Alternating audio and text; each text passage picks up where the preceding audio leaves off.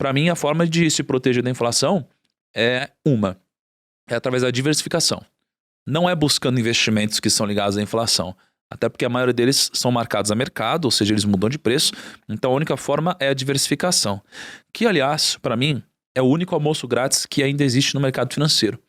Né? Então, você fala, existe um segredo, tal, se existisse, todo mundo iria fazer e logo deixaria de ser um grande segredo. Cara, o louco é que eu acho que existe. O ponto é, as pessoas, elas não conseguem fazer isso por causa de uma série de viés da nossa cabeça e por uma série de... eu sei o que precisa para emagrecer e nem por isso eu tô fitness, né? Então, cara, é óbvio, mas não é nenhum grande segredo. E acho que a diversificação também funciona assim. A diversificação e rebalanceamento, para mim, são a solução para a inflação. Não combinamos, mas estamos alinhadíssimos. As pessoas acabam caçando aquele título público indexado à inflação, né? Porque está no nome dele. De longo prazo. De longo prazo. E aí ficam com aquela... Por quê? Porque tem o IPCA nele. Mas ele tem um outro pedacinho que sacode pra caramba e que, na verdade, o que move ele, que é muito sobre da expectativa sobre o governo pagar as dívidas e tudo mais, é muito mais volátil do que a parte da inflação em si, né? Agora... Gosto muito da diversificação e uma coisa que as pessoas não percebem é que a bolsa brasileira, por exemplo, e em geral as bolsas do mundo, mas a brasileira em especial, ela é formada por líderes de mercado. Porque quem se lista na bolsa brasileira, em geral, é líder no seu mercado ou está entre os poucos líderes do seu mercado. E líderes de mercado têm poder de repasse de preço.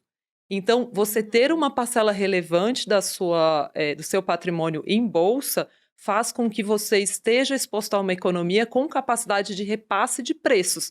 Então, uma forma muito boa de você se proteger da inflação é você ter uma parte do seu patrimônio em bolsa.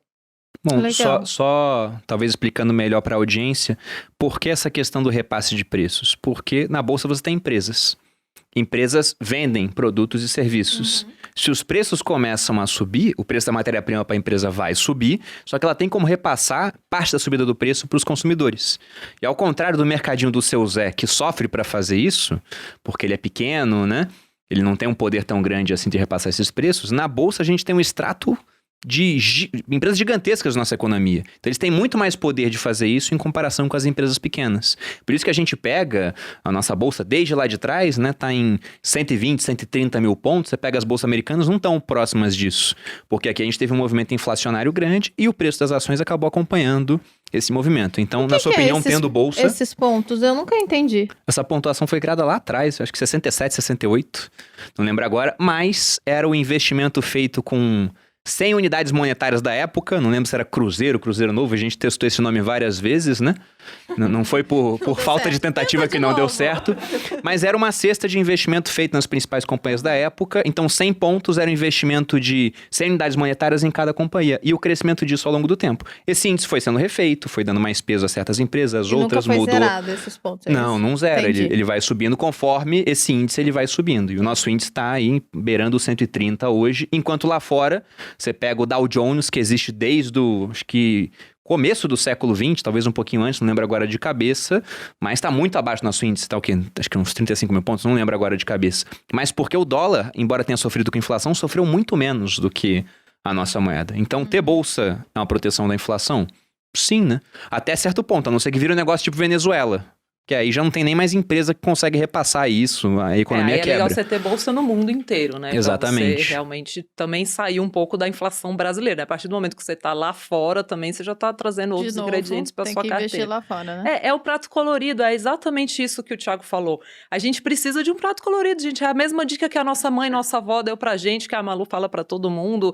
É comida de verdade, é uma carteira diversificada. É exatamente isso. É você ter um prato colorido. Mas as pessoas ficam atrás, né, do grande investimento. Ele não existe. O grande investimento é uma carteira colorida. Mas sabe que eu acho que se existisse um grande investimento, ele estaria dentro das pequenas empresas que entram na Bolsa de Valores. Eu acho, se você olhar, por exemplo, para o histórico de rentabilidade do Warren Buffett, ele hoje dificilmente bate o S&P, né, que é o índice nos Estados Unidos. Então ele fica muito pau a pau com o índice. Por quê? Porque ele ficou tão gigante que ele não consegue comprar qualquer ação. Então você tem trocentas mil empresas nos Estados Unidos, muito mais que no Brasil, e ele só consegue alocar em 50 empresas pelo tamanho do dinheiro dele, né? Então, eu nem sei quantos bilhões ele gerencia, mas se ele quiser comprar um pouquinho de uma empresa que é média, ele compra a empresa inteira. Então ele tem menos margem de negociação. Botou 500 milhões no Nubank agora, isso é nada, né? Isso, de dólares, né? De dólares. Então assim, ele não tem acesso mais a comprar empresas tão fora do radar assim. E olha só, a rentabilidade dele hoje virou a rentabilidade do mercado. Então a única forma de você ter uma rentabilidade feita do mercado é você fazer coisas diferentes do mercado. E as coisas diferentes são aquelas empresas que são menores, as que têm maior upside, né? Como elas são menores, tem maior upside. Junto disso, tem um maior risco também. Então, eu, como filosofia, eu busco dentro do meu prato colorido, na parte que eu tenho de ações, eu busco sempre ter um pouco de empresas menores, né? Porque dali, usando a própria convexidade ao nosso favor, alguma vai ser uma grande tacada. Então a gente não precisa saber qual vai ser, mas alguma vai ser uma grande tacada.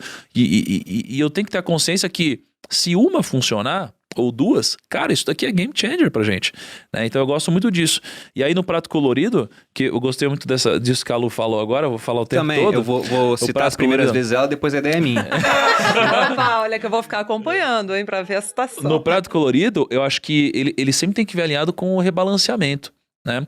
Porque o rebalanceamento é quando a gente consegue, aproveitar muitas vezes de forma positiva a emoção que guia os mercados na direção inversa, sabe? Então, tá todo mundo achando que isso aqui tá bom, sua parcela vai aumentar. Cara, você não precisa nem saber o porquê. Rebalanceia seu patrimônio, entendeu? Então, no longo prazo, você vai comprar barato e vender caro. É exatamente isso. Eu senti isso muito forte em março do ano passado, porque assim, naquele momento de falta de previsibilidade total, quando surgiu o Covid, você se beliscar e falar, eu estudei finanças comportamentais a minha vida inteira, eu sei que eu vou achar que isso vai durar para sempre, mas não vai durar, então eu vou comprar a bolsa. Você se impor isso é muito contraintuitivo, isso dói no seu estômago. Difícil ir contra a manada, né? Até porque durou muito mais. Tá durando, né? Sim, mas o que aconteceu e que a gente não sabia aquela hora é que havia uma injeção de dinheiro absurda e que as bolsas iam se recuperar super e foi uma baita oportunidade de ganhar dinheiro. Só que o que eu fiz não foi lutar contra o meu... O que eu olhei e falei assim, gente, eu me comprometi a ter 30% em bolsa, isso encolheu, eu me comprometi a ter 7,5% em dólar, isso disparou, então eu vou voltar para 7,5% em dólar e 30% em bolsa. Então, voltar para o seu... ter um percentual, seja lá qual ele for, e voltar para ele nesses momentos, sem dúvida foi o dinheiro sobre o qual mais ganhei dinheiro na minha vida, porque eu agi contra o que o meu estômago me faria fazer naquele momento, simplesmente porque eu tinha um percentual fixo na minha cabeça. Só que eu tive que ter olhar de longo prazo, porque se eu não tivesse, eu não fiz esse investimento achando que ia voltar 3 dias depois. E poderia não ter voltado também. Poderia não ter voltado, poderia estar até aqui agora sofrendo, mas eu não estaria sofrendo tanto porque eu tinha uma diversificação e minha parte de dólar e ouro subiu. Então esse equilíbrio, né, é muito, muito mais importante do que qualquer coisa. Tem um ponto muito interessante disso, né? Você falou, não existe esse melhor investimento. Mas eu vou te falar que mesmo se existisse, se o cara não tiver uma cabeça de investidor, ele não vai ter uma boa rentabilidade no melhor investimento. A Luciana trabalha com fundos e deve até saber qual é o exemplo que eu vou usar, que é o do Peter Lynch, né? Que é um baita de um gestor, ele escreveu aquele livro... Como é que é o nome do livro mesmo? É o... One Way Up to Wall Street. Em português é O Jeito Peter Lynch de Investir. Exatamente, gravou um Primocast sobre esse livro já. Mas o interessante é que o Peter Lynch, ele conseguiu uma baita de uma rentabilidade. Entre 77 e 90, ele fez 29,2% ao ano. Então, quem entregava em 77 $100 mil na mão do Peter Lynch, poderia tirar, em 90, 2,8 milhão. Muita coisa, né? Esperava. Só que você vai pegar o retrato dos cotistas, a maior parte das pessoas que acharam esse baita veículo de investimento, o pessoal deve dar louca aqui, Luciano, indica o fundo que vai ser o Peter Lynch brasileiro. A maior parte perdeu dinheiro, porque o cara não tinha esse aspecto comportamental. O que ele fazia? Ele não conhecia o Peter Lynch. Quando ouvia falar do Peter Lynch era quando o mercado tinha bombado, tinha subido, sei lá, 40%. Ia lá, investia no fundo. Aí, um tempo depois, o fundo caía 30%, que era um fundo cheio de participação em empresas, né? Muito volátil. O cara não aguentava aquela queda e retirava. E talvez ele até aguentasse psicologicamente, se fosse só parte do patrimônio investido. Mas como ele não usava diversificação, ele botou tudo no fundo. E aí, quando o fundo cai 30%, muitas vezes não é uma queda descolada do mundo real, igual no passado. A bolsa não caiu quase 50% porque o mundo estava cor-de-rosa. Enquanto a bolsa caiu 50%, a gente teve pessoas ficando desempregadas, tivemos negócios quebrando. Então, teve o cara que entendia o que você falou. Eu não posso vender agora. Só que ele foi obrigado a vender. Justamente porque ele não tinha pensado primeiro, naquele começo que a gente falou, uma reserva de emergência, né, de no mínimo 3 meses, como você falou, possivelmente 6, talvez 12, como o Thiago fez. E ele não tinha uma diversificação em coisas que subiram enquanto o fundo caía. Eu fiquei muito tranquilo ano passado para tomar decisões, e eu tomei uma decisão extremamente arrojada para o meu histórico, que foi levar minha alocação de Bitcoin, que era um negócio próximo de 5%, para 20%. Foi muita coisa.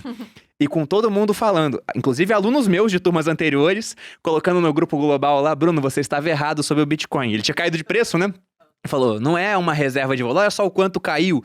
Eu falei, olha, não quer dizer que ele não é volátil, mas eu acho que vai voltar a subir. Aí você foi lá e comprar um por dia. Aí eu fui comprando entre 0,5 e 1 Bitcoin. Nas palavras do meu pai, você viu o Bruno? Tá comprando Bitcoin igual pão na padaria.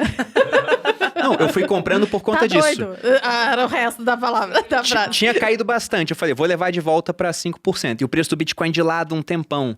Aí eu lembrando lá, não que eu use tanto a análise técnica, mas eu dei uma estudada. Eu falei, nossa, essa ausência de volatilidade uma hora vai gerar uma explosão de volatilidade. Pode ser para cima ou para baixo. Se for para baixo, que é a pior coisa que pode acontecer se eu aumentar a alocação? Eu vou perder esses 20%. Talvez o Bitcoin chegue a 0. Vai me machucar? Vai, só que hoje eu tenho uma reserva robusta, a Malu tem um negócio que faz bastante dinheiro, meu negócio faz bastante dinheiro, então eu não ficaria pobre por conta disso. Agora, se esse negócio sair de onde tá, que era tava na época uns 40 mil, e realmente disparar pra cima, aí eu faço o meu nome, né? Empurrei a bola na rede ali, botei o burro na sombra e tô tranquilo. Aí eu fui, aumentei essa alocação, até fiz um movimento público e acabou que deu muito certo. Só que poderia não ter dado. E se não tivesse dado, eu estaria no jogo ainda.